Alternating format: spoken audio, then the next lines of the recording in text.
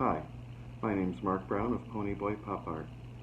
I got a lot of positive feedback on a piece I did recently, and since we have some downtime from the coronavirus, I figured I would share the build, print, and paint process for this item, the Skyrim Lexicon. This was approximately a 6-hour print process and a 2.5-hour paint process, but when added with this LED lamp, which I'm including the link here, it becomes something magical. So, let's get to it. The first thing you'll need to do is download the Skyrim Lexicon model from Thingiverse. You can find this by going to thingiverse.com and searching Skyrim Lexicon, or you can click the link here. Once you've downloaded your file, you'll need to bring it into your slicer, such as Box, which I'm using for any resin printing, or if you decide to use an FDM printer, then the slicer of your choice, such as Kiro or Prusa slicer or whatever that is. Additionally, there's LED light stands that I'm going to be showing later on, and you can find those on Amazon here, and the link is above. And I'll also be referencing an Aztec death whistle, which is also found on Thingiverse here. It doesn't look like much on their photo, but trust me, it's awesome. We'll come back to that. The first thing we need to do is scale the model. The designers suggest a 500 scaling, but that actually won't fit on my resin printer. So what we're going to do is scale it up as much as we can. In this case, if I remember right, 350 fits for the Elegoo Mars. Just whatever you've got, you want to fill the plate as much as you can and make this as large of a model as possible. Then we're going to hollow it out. I use a 1.6 millimeter thickness, and that works really well for the inner lighting that we'll be doing. The next thing we're going to do is add a hole, and I'm going to tell you right now, this can be a little frustrating. What we want is not a 2, but a 32 millimeter hole, and depth of 5, 7, whatever. What we want is just to, and we don't want to keep the hole, is to put it right about on the top here, and let's see if we can get a better view. We want to cut right about there and allow our LED base to shine its light up through rather than having it blocked by that bottom medallion. Now when I try and do this, most of the time I get fail, not allowed to dig too deep. Just keep playing around with this. You don't have to be exact. You can be a little oversized or a little off center even, whatever you need to be able to get that hole cut out. I am actually thinking of getting this into something like Mesh Mixer or whatnot to actually dig a permanent hole, but again, what you'll want is a hole right here, and then what we're going to do is, and I'm going to spare you because it's took me enough time, so I got frustrated. I said, you know what, I will describe what you need to do, and hopefully I'll actually take some time and get a new model put up in place for somebody, my own design of this that's got a hole for the LED lamps. The other bit that you want is to put some smaller, actually 2 millimeter holes, down on the bottom here to allow for drainage to come out. Sorry, not there, like more like about there and about there. We'll do the same on the opposite sides just for a symmetrical look. And again, just to help drainage. Okay. So another thing you'll probably notice is that I did rotate this up at a 45. This is just good to keep the build plate from having any real flat angles that or flat sides that may end up getting pulled or warped. And then what I'm going to do is add a raft over on my support settings. And sorry you're not seeing that. Let's see if I can spin you over. And adding all supports, which will make something a little like this. Okay, so we've got the lexicon printed out here. I've cleaned it up, cured it. There were a couple of little supports that I just now cleaned up because as I was rubbing my finger over it, I could feel that there was still a few rough edges. So once I found those, I hit those with my edge clippers and cut them off. But overall, it's looking pretty good. You'll notice a couple of little extra holes in the top here that I put for drainage. Wanted to make sure that it was going to actually be able to come off of the build plate and when I wanted it to, not during mid-print.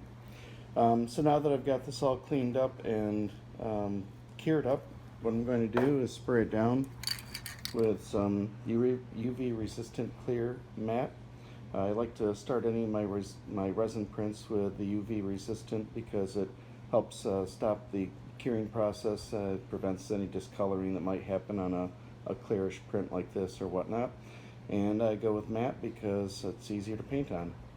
I'm just going to give a couple of quick easy passes over the whole thing. Spin it around so we get the other side. Do the same thing there. And we'll give that a wait. One pro tip, if you will, is to have multiple projects going. Since I'm waiting 20 minutes for the enamel to dry on the lexicon, I grabbed these 3 prints that I had sitting out. They're Aztec Death Whistles, and they work amazing. They've done on PLA, and I tested them out on the resin here. And did 2 in gray resin and 1 in the clear green, and I decided to use some rub and buff and hit them up. So thought those came out nice, and it took me about 20 minutes. So we're going to switch back over to lexicon and see how we're doing. Alright, so as you saw, we used some rub and buff there. We're going to do the same on this. You're going to start with a piece of terry cloth, grab your scissors, snip out a little piece, and then right now I'm going to throw some silver leaf, but honestly silver, copper, gold, pewter, they all, and ebony on that last you saw, they all work pretty well for whatever they're doing. Sorry about the off film there. Just throwing a little blob on, and I'm going to fold this over, smear it in a little. You'll notice I'm using the latex or nitrile gloves. Definitely want to do that with this, otherwise you will get rub and buff all over your fingers, as you can see from my gloves here. And it's better to do that and be able to throw the gloves away. Then grab our cube and just start buffing a little bit on lightly. Just do a light coat there, and then you'll buff it in. I'm not going to be able to buff it in. I'm not going to be able to do this and hold the camera at the same time, so one moment. Here is to gently go over the top so that you're really just catching the lit edges. We don't really want the whole thing. Doesn't matter if you get a little bit like on the disc, but that's okay. So at this point, we've just repeated that process on all these, all the sides, and you can see that we've got basically just the highlights lit up, and that's really what we're shooting for. Didn't bother to do anything with the bottom because we're going to be mounting that to our LED. I'm going to take this over and spray enamel on it, lock it down. At this point, again, just matte, but it doesn't matter if it's the UV resistant or not. We've already done that part, so now it's just about making sure that none of the colors run. Again, not wanting to go very hard on this, just a couple of light passes. Try not to touch anything that's already got paint on it, otherwise it's likely to smear once it's wet.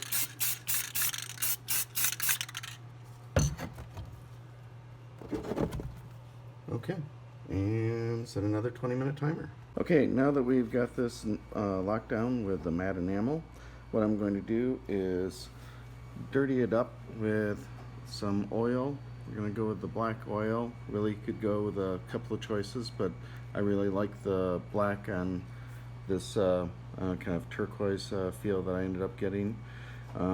You'll end up can go with a couple of different things with your resin. I mean, you can go with just the flat gray, which I've done before. You can do the clear green, which I've also done, turned out amazing. And this one I had some green but a little gray, and I ended up mixing the two. Oh no, I'm sorry, I apologize. This was the clearish blue, but I had almost run out, so I had to add some gray to it. Turned it kind of semi-opaque and gave us this kind of a turquoise feel to it. So I'm going to dirty this up. I'm going to get a nice brush that's going to be able to give some depth into being able to get really into the cracks and crevices there. I apologize, I don't have a stand, not doing anything professional here right now, so just going to have to bear with me. I'm going to go and pause and put this down while I get it. But we use oils. You see I go really high end and grab the top-notch palettes from my junk mail that come. Any sturdy, nice gloss cardboard is really good for the oils and obviously free. So a little bit of water. It's clear water, believe it or not, just a dirty cap, and we're gonna get going. I am gonna go thicker than I usually would with aging something. This one I really want the black in there, so I'm going to really get thick into the grooves. We're not going to worry about that because we can and will be wiping it down afterwards. So I'm really going to get as deep as I can into everything and really just muddy this up as much as possible. So wanted to show you that concept, and I will pause and be right back. Okay, I have went and just taken all the rest of the four sides and got them dirtied up. I'm about to dry them off, but I did want to point out that, you know, as you're going, again, really feel free to get this one as deep and dirty as possible. But while you're going, if you start to feel like you're not getting enough movement with your brush, do dip it in the water, and that'll help get it a little more easy to move and give you more of that mud and grime type of feel to it. Okay, and at this point I've given it a nice pat down and got a nice dirty paper towel there, and I think we're ready to lock this in. So back over to our spray booth with the matte enamel. We can check on these guys. Yep, I hit them with gloss now, so they're coming along nice. And move them out of the way.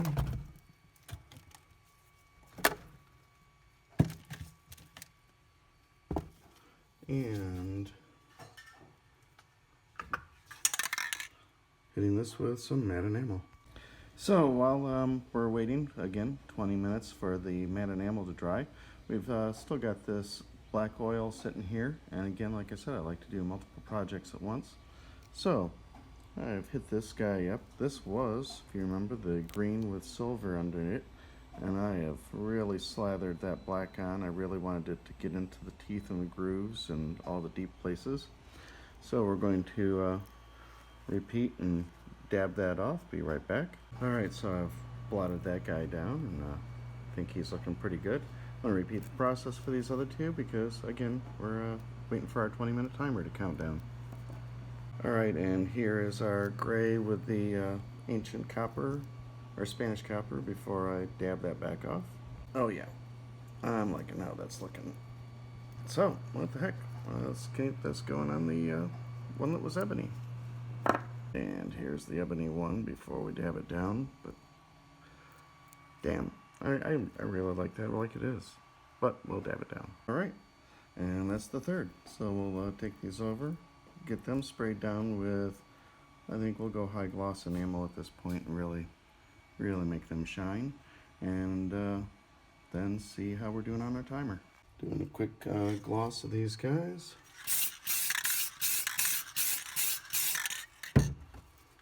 Careful not to grab any of the printed parts, because again, it will smear, and it really sucks to smear your paint, especially when you're thinking, oh, I'm just about done. No, you're not. Now you gotta repaint something. That sucks. I've been there.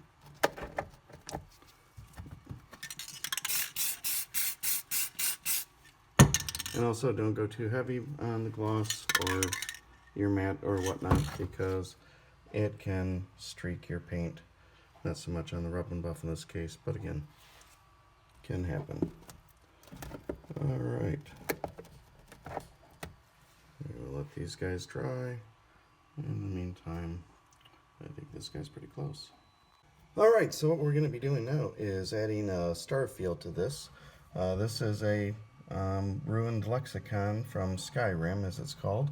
And when you look into it, it's really a feel like there's going to be a that you're looking into a galaxy. So the way we're going to do that is by using what I call the Smack-Splatter technique. It's my favorite technique. And it takes a brush, a rather thick one like this, and some type of stick. You can see I've used it over and over for this. Then 3 different colors of blue, a deep blue, medium, and light blue. You can go white, but I found it's really a little too pure, truthfully, for this. So this light blue, in comparison, really gives a feel of a white star when we're doing this technique. I've got some spray bottle of water, so that what we're going to be doing is keeping this very, very thin. So once we're going to dip our brush into the acrylic, then we'll spray down the brush, do some test waps on here, and see how the splatter pattern comes out. Depending on if you hit high or hit low, it'll give either a fine mist or bigger droplets. So we'll do some tests and then start hitting this and really filling in the stars. So I've been spraying the tip of the brush with water here and then continually dabbing it in. We want to see that we're getting a really thin amount just when we're doing our test smacks here. You can see that I'm starting to get some splatter there. So I think we're pretty good, and we will start hitting this up. I've done just a little bit of splattering on there, and you can see already I'm starting to get some nice deep dark blue ones in there. So I'm going to spin this around and really just kind of hit the entire box up with this dark blue. Okay, so you can see that there's a lot of deep dark blue dots all over the place, and I'm really happy with that at this point. I just kept spraying the brush down, keeping it nice and wet, verifying that it was thin enough, but still not too thin. You don't want it to be watery, but you do want to get those nice spray pattern effect. And if anyone has seen my Deadpool online, yes, this is the technique I used with a couple of different reds to give that splatter pattern of blood everywhere. Very effective. So what we're going to do now is switch to the medium blue and then the light blue. I will show you how we're looking after each of those. Alright, and here we are with our second set of blue, and we're going to get ready to go over this for the third blue. Alright, and this is our third blue getting ready to go on. So by now you may be thinking, I don't see stars in this. It kind of looks like a mess. Trust me, it's going to look awesome. But this is what I'm looking at on mine so far. Basically a whole lot of splatters of various different blues with the silver, the black underneath it, and every now and again some of the gray or the turquoise coming through. So we're going to let this dry for a few minutes here, and then we're going to come back and, yes, spray it down again with our matte finish. And after that, we will just have a couple more steps and we'll be done. And I decided to check on these guys while we're waiting, and I might have to find a different project. These guys are set, and I think they look pretty awesome. So ebony rub and buff, Spanish copper rub and buff, and silver leaf rub and buff. This last one here was done on a clear green Elegoo resin, and the other two were done on a gray. Alright, I'm going to take those and put them upstairs at the gallery, and we will wait for this. Actually, I think this is dry enough. We're going to go ahead and spray it with our matte enamel. Alright, we're getting very close at this point. We just got a couple more steps. So what we're going to do now is we're going to come back to the ever popular silver leaf rub and buff, and also our black oil paint, and which we've still got some left over, and we're going to touch them both up. So the first thing we're going to do is get a little of the silver rub and buff and go back over some of the areas, so not as intense as you did the first time. Basically, you just want to retouch up the rings themselves. We don't really want the stars on the rings so deeply, and same with the emblem. We really want the silver to come back out of those, and maybe a little on the corners, and then again we'll just repeat that process around through. At this point I probably should take a moment and fill in those holes, any holes that I had. Just a little dot of super glue will cap those up, and then there's our last step. When we come back with black oil, that'll cover up those, and I imagine they won't show at all. And I think we'll be just about set at that point. So again, not a whole lot of rub and buff on here, and we are going to go really light. So what I'm going to do is just barely touch the areas that I want, and then once I've hit those areas, flip back over and use a clean part of the cloth to gently buff those back in without getting too much into the star field that we've got. Okay, this is looking a lot better. So again, was just real light with the rub and buff. No, I haven't hit those holes yet. That's what I'm about to do next, but I just had to take a pause and show this. Just absolutely stunning. Here, let me grab by the corners. So we've got our star field really still showing through, and but those silver rings and the silver medallion really still standing out, as well as the corners there. Yeah, I think this is going to turn out great. Alright, I'm going to take it in one more time, lock down with matte enamel. We will wait again 20 minutes, and then we will come back over after I've plugged those holes with the super glue first. Then we'll hit this with black oil, and then a final hit with gloss.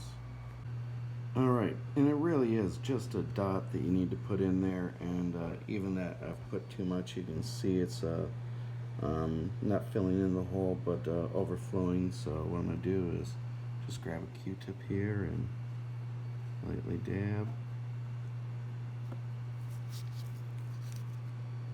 Lightly dab. This is one of those things, anyone that wants to comment on the YouTube videos, shouldn't you have done that before you started? The answer is absolutely. Yep, sure should have. But this is where we're at, so you adapt. One of my all-time favorite movies, Heartbreak Ridge. Adapt, improvise, and overcome. And we will do all three.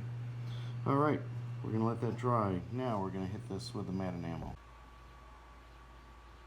Alright, our last coat of enamel has dried, and we've got our nice silver box here with all of our star field everywhere. Usually I go with, like I said earlier, with the black enamel, or not black enamel, with the black water-based oil, and really age this up. But as I was looking at it, I'm like, you know, really want to still add a little more touch of deep blue while adding in that black. So what I've done is took some ultramarine oil here and added it to our black, and got a really nice basically midnight blue, and so I'm going to kind of dry brush this on as much as I can. It's a really thick paste for the most part, the ultramarine is, so I had to really wet it up to be able to mix the black in, and now I'm going to have to just kind of really get everything excess off. I'll even grab the paper towel here and do that, but once I've got it off, then I'm going to lightly brush it on here, and I'll show you that in just a second. Alright, I've got a lot of the excess off, and now I'm just going to go and lightly brush over some of these areas and kind of get that blue in there. And once I've put my phone down, I'll be able to do a better job of that, and then I will show you how that came out. Alright, this corner up here is before, and this is after, down in the other corner where I've been dry rubbing the blue on. And let's just keep going with that on this and the rest of the sides of the cube. Alright, so yeah, some turned out better than others, and I'm not as happy with the top as I am with some of the sides, but that's okay. I think it's all still gonna be pretty good. Let's take it up and do a test run before we gloss this up on the lights. Okay, again, we haven't glossed this up yet, which is going to really help on the look, but I just wanted to give a see of how they're going to look on their LED mounts. This is a pair that I'll be giving a link right here, and over to Amazon. You can get these. They come in a pair, and this one is just a pure white. This one rotates between colors. So let's looks just dandy on this. Lit up. See if we can adjust. There we go. Kind of interesting. And I like it. There's a lot more that I like on the white, but let's see it on the color changing cube. Or the base, I mean. And here we go. And that's more like it.